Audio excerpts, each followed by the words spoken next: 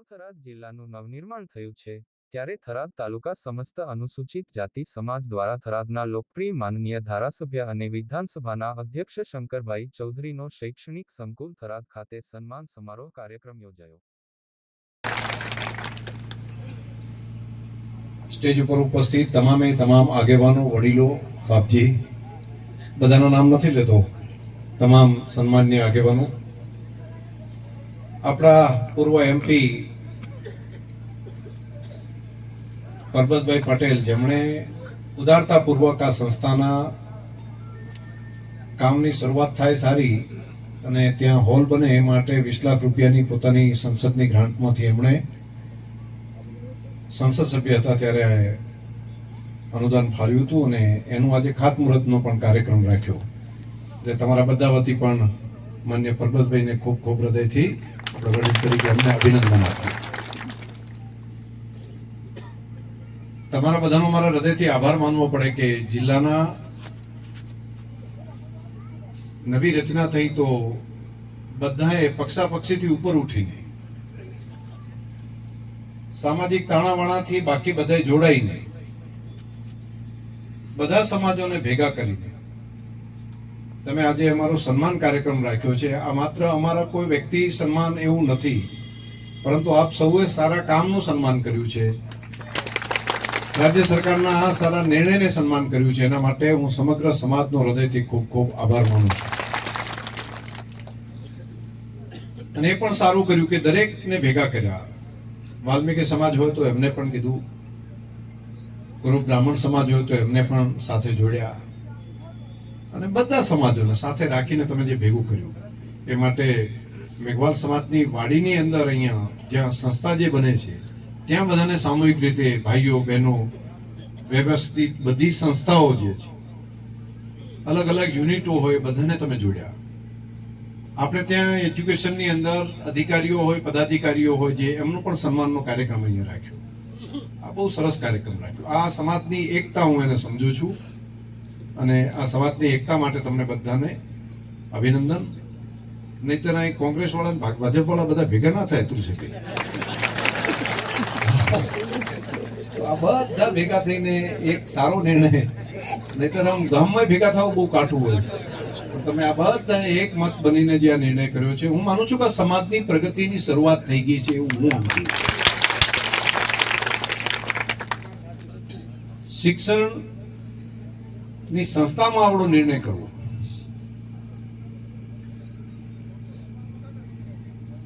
અને એમાં સારું કામ થાય એટલે અમે અગ્રહરોળમાં આગળ આવીને એમ કહેશું કે ના તમે સારું કર્યું છે. આ કેટલી મોટી પોઝિટિવનેસ છે. આના કારણે કેટલું મોટી કામ કરવા વાળા માણસને નવી શક્તિ મળતી હશે એની કોઈ કલ્પના નહીં હોય. કામ કરવા વાળા માણસનો ઉત્સાહ વધી જાય.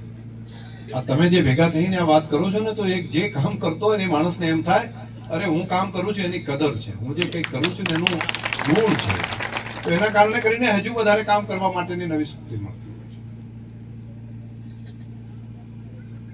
આપણે બધા ભેગા થઈને રાજ્યના મુખ્યમંત્રી માન્ય શ્રી ભૂપેન્દ્રભાઈ પટેલનો આજે આભાર માની રહ્યા છીએ. આજે દેશના પ્રધાનમંત્રી નરેન્દ્રભાઈ મોદીનો આભાર માની રહ્યા છીએ કે એમણે આપણને આ સરહદી વિસ્તારને એક નવી શક્તિ આપી, નવી એક તાકાત આપી, એક જિલ્લાનું સેન્ટર આપીને આજ આપણે નહીં પણ આપણી નવી પેઢી છે ને, આપણા નાના નાના બાળકો જે અભ્યાસ કરે છે એમનું ભવિષ્ય ઉજળું કરવાનું કામ કરી લીધું છે. આપણે કેટલા સરહદી વિસ્તારના ગામડામાં બધા રહીએ, શિક્ષણનો પેલો અભાવ હતો, રોજગારીની બહુ મોટી અભાવ, સિંચાઈ માટેની પાણીનો અભાવ, એ બધા અભાવો વચ્ચે આપણે દસકાઓના દસકાઓ સુધી આપણે રહ્યા છીએ, જીવ્યા છીએ અને સતત ઝઝુમ્યા છીએ, ટકી રહ્યા છીએ. અનેક સંઘર્ષોની વચ્ચે પોતાના અસ્તિત્વની લડાઈઓ લડ્યા છે. એ કુદરતી હોય, માનવ સર્જિત હોય, ભૌગોલિક રીતે હોય, એ સીમાવર્તી ક્ષેત્રો હોવાને કારણે બાકી હોય, એ બધાની વચ્ચે પણ અડીખમ રહીને દરેકનો સમય આવતો હોય છે. દરેકનો સમય આવે એમ હવે આ સરહદી વિસ્તારનો સમય આવ્યો છે. આપણા આ વાવ થરાદ વિસ્તારની ધરતીનો સમય આવ્યો છે.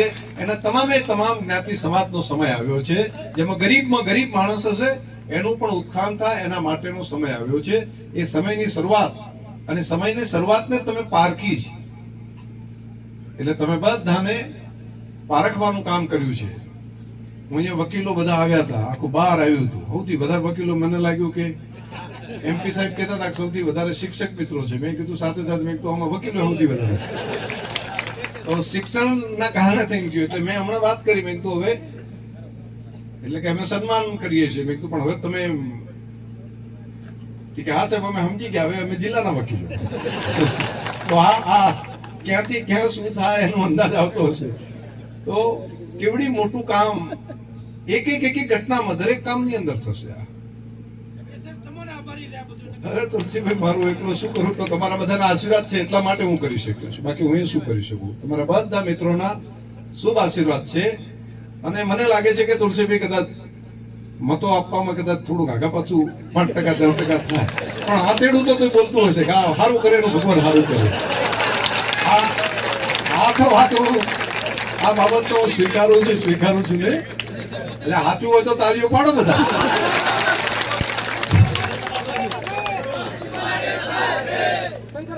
અને હું ભાગ્યશાળી છું કે ભારતીય જનતા પાર્ટીમાં હોવા છતાં સૌથી વધારે મત મને દલિત સમાજે ભાવમાં આપ્યા ને અહીંયા થોડા એ વાત મારે સ્વીકારવી પડે. ઘણા તો પાછા એમ તમે તો બરાબર છો પણ મારું બેટું આવું ચાલતું રહે. પણ છતાંય તમે ઉદારતા રાખીને મારા માટે જે લાગણી રાખીને એના માટે તમારો બધાનો ખૂબ ખૂબ આભાર. અને અનુભવથી બાકી તો શીખવાનું મળે. અહીંયા આવ્યા છીએ, કામ કરીએ છીએ, હજુ એવું કામ કરવું છે કે બાકીના બધા બાબતોને બાજુમાં મૂકીને બધા વિકાસને આપણે બધા પકડી શકીએ એટલું કામ કરવું છે. અને માત્ર મતોથી જીત્યા એટલું નહીં, મતોથી તો જીત્યા હોય પણ બધાનું દિલ જીતવું છે, દરેકનું હૃદય જીતવું, દરેકનું કલ્યાણ થાય, દરેકનું ભલું થાય. ગરીબમાં ગરીબ માણસ હોય એને સૌથી પાછળ રહી ગયો હોય એને માટે સૌથી વધારે મદદ કરવાની જરૂર હોય. અને એ કામ કરવામાં આપણે પૂરી તાકાત, ભગવાને જે મને શક્તિ બુદ્ધિ આપી છે એનો પૂરો પ્રયત્ન એના માટે ભેગા મળીને કરશું. સમજણે છે ભગવાને આપી છે. અને આટલું મોટું મન સાથે તમે બધા આખો સમાજ બેઠા હોય તો કેવડું મોટું કામ છે. પણ મારી તમને બધાને એક પ્રાર્થના છે કે આ સંકુલનું તમે શરૂઆત તો કરી. વાવની અંદર બેઠા ત્યારે મારી પાસે બધા આવતા, આવીને અહીંયા ઘણા બધા આગેવાનો છે. મને આજે ઘણા બધા આજે નથી બેહોબેની બાકી કેટલાક પણ અહીંયા બેઠા છે. તો મને બધા કહે સાહેબ કે જમીનનું કંઈક એને થઈ જાય ને તો ખૂબ સારું. મેં કીધું જમીનનું એને એવું નહીં, તમે નક્કી કરો, તમે સપનું જુઓ, સંકલ્પ કરો અને પછી પુરુષાર્થ કરો, પરિણામ મળશે. એટલે પણ કે હવે આવડું મોટું કોણ કરે? મેં કીધું તમે એક વાર એવું તો નક્કી કરો કે આપણે કરવું છે કામ. એટલે મેં બધા આગેવાનોને બોલાવીને એક દિવસ ગાંધીનગર બોલાયા અને મેં કહ્યું તમે નક્કી કરો તમારે કરવું છે. પહેલી વાત તો શરૂઆત ત્યાંથી કરો અને એક ટીમ બનાવો કે કોણ ભોગ કોણ આપશે, આખો સમાજ આપશે, પણ તમે 10 લોકો એવા કહો કે અમારે આ જ કામ કરવાનું છે, આવું નક્કી પેલા કરો. કારણ કે એ તો બધું કરીએ પણ પછી પૈસા આવડું બધું ના કોણ કરે ક્યાંથી થાય. એ ટાઈમે મેં એક શબ્દ વાપર્યો હતો કે તમે સારા સંકલ્પ સાથે શરૂઆત કરો, કોઈના આદર્યા અધૂરા રહેતા નથી. મને કીધું તમે આ કહો છો પણ પછી ભેગું કીધું તમે ચિંતા ના કરશો, હું બેઠો છું ને, બધું થઈ જશે. તમે મહેનત કરો, તમે શરૂઆત કરો, બધી શક્તિઓ મળશે, બધું ભેગા થઈને. ચક્રવર્તી હતા ને તમે બધા ભેગા થઈને આ વાત એ વખતે આ વાત કરી અને આજે સરસ મજાનું સંકુલ થઈ ગયું. મારી તમને બધાને ટકોર છે, જમીન લઈને ખાસું વેલના બેઠા છો. તો આ સંસ્થા તમે કેમ એવી ના વિચારો, તમે શું કામ ન થાય, તમે બધા સંકલ્પ કરો, થઈ જશે. આ હું તમને ખરેખર કહું છું, તમે થઈ જશે. તમે બધા ભેગા મળીને નક્કી કરો અને કરો, આ કામની શરૂઆત કરો. શરૂઆત તો ક્યાંકથી કરવી પડશે ને. અને એક તમે એનું પ્લાનિંગ કરો, આયોજન કરો, એક મીટિંગ રાખો અને હું આવીશ, ભેગો રહીશ અને બધાને સાથે રાખીને આ કામને આપણે આગળ વધારશું ભેગા મળીને. હા, બધાનું નાનું જેનાથી જેટલું બને એટલું થોડું બધા કરજો. થોડે કાંકરે પાળ બંધાઈ જાય અને ટીપે આખા સરોવર ભરાઈ જાય. અને બાકી જેની પાસે હશે ને એની પાસે કહેશું, લાવશું, વ્યવસ્થા કરશું. જેની પાસે જ્યાંથી થતું હશે બધું કરશું. પણ બધા ભેગા મળીને એક મત બનાવો અને હવે એની શરૂઆત કરવી પડે. હવે આ સંસ્થા એક તાલુકાની સંસ્થા નથી રહી, સમજ્યા તમે? એક તાલુકામાં લાખ હવા લાખની સંખ્યા છે. હું માનું છું કે રાજ્યમાં સૌથી વધારે દલિત સમાજની સંખ્યા વાળા જે 1, 2, 3 જિલ્લા છે ને એમાં વાવ થરાદ જિલ્લો આવશે, સમજાય છે?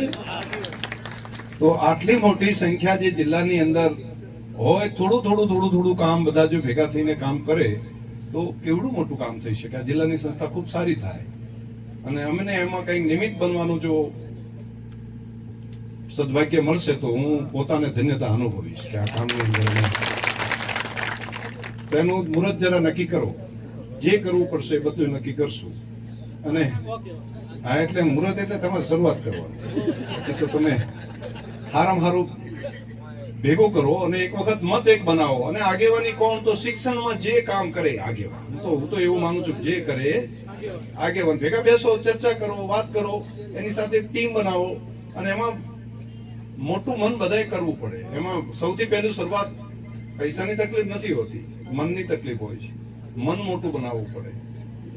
છોટે મન છે કોઈ બડા નહીં હોતા, ટૂટે દિલ છે કોઈ ખડા નહીં હોતા. આ વાત જરા સમજો તમે. એક વખત મોટું મન બનાવી નાખો ને યાર, હશે. થોડું જતું કરવાનું શીખો કે ભાઈ બે જણા ભેગા થઈને આ મારે જોવું, મારે ઉદ્યોગ પેલું, અરે ભાઈ હશે, આવતા વખતે તમે રહેજો. પણ આમ ભેગા મળીને બધા જો આગેવાનો કરશું તો આ કામ અટકશે નહીં. આ કામની શરૂઆત ખૂબ સારામાં સારી થઈ જશે. અને જ્યારે કરવું હોય ત્યારે આવીને જે કોઈ કહેવું મને કહેજો. હું એ મારાથી જે મારું પોતાનું હશે એ કરીશ. બાકી પેલું બધા મિત્રોને બોલાવશું અને કામને આગળ વધારવાનું કામને કરશું. તો આ કામને તમે જરા નક્કી કરો, એક સંકલ્પ બધા ભેગા મળીને કરો.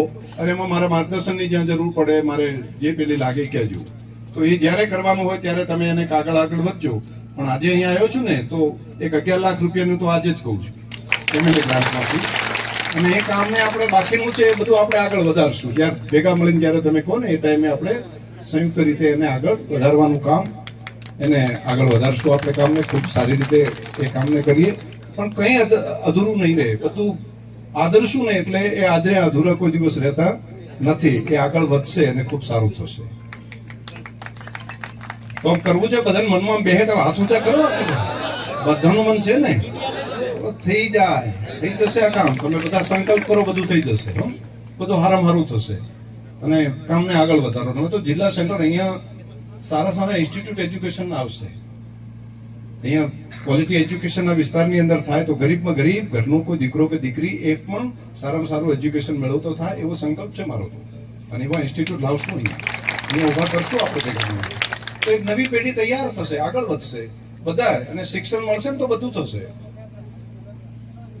તો બસ એટલી વાત મારે એક તો કહેવાની હતી. બીજું બધાને આપણા બાબા સાહેબે જે જીવનના બે મોટી મહત્વની બાબતો જે મને ટચ કરી છે એમાં સૌથી, બાકી આખું જીવન જ છે, જેમણે દુનિયાનું સૌથી લેખિત મોટું અને સ્વયં સ્પષ્ટ એવું બંધારણ બાબા સાહેબે આ ભારત દેશને આપ્યું, દુનિયાને આપ્યું. માત્ર ભારત દેશને નહીં, દુનિયાનું સૌથી મોટું લેખિત સંવિધાન એ આપણું ભારતનું છે અને સ્વયં સ્પષ્ટ છે. એમાં બાકી બધી બાબતો ઘણી બધી છે, પરંતુ તમે બધાએ સંવિધાનનો તો અભ્યાસ કર્યો હશે, પરંતુ એના આમુખના 3 ભાગમાં સમાનતાનો જે અધિકાર આપ્યો બધાને, જે ખાસ કરીને ન્યાય અને સમાનતાનો. કાયદામાં તો એવી જોગવાઈ છે કે તાલુકા કક્ષાએ આવું નથી થઈ શકતું આંબેડકર ભવન. એટલે મેં કીધું આંબેડકર ભવન નહીં થઈ તો તાલુકાનો જિલ્લો કરશું. પછી તો થશે કે નહીં. એટલે મેં એ વખતે વાત કરી હતી ને હું તમને બધાને કહું છું કે થરાદના આંગણે આંબેડકર ભવન રાજ્યની અંદર સૌથી સારામાં સારું હોય ને એવું આંબેડકર ભવનનું નિર્માણ આપણે. ખૂબ ખૂબ આભાર સાહેબ.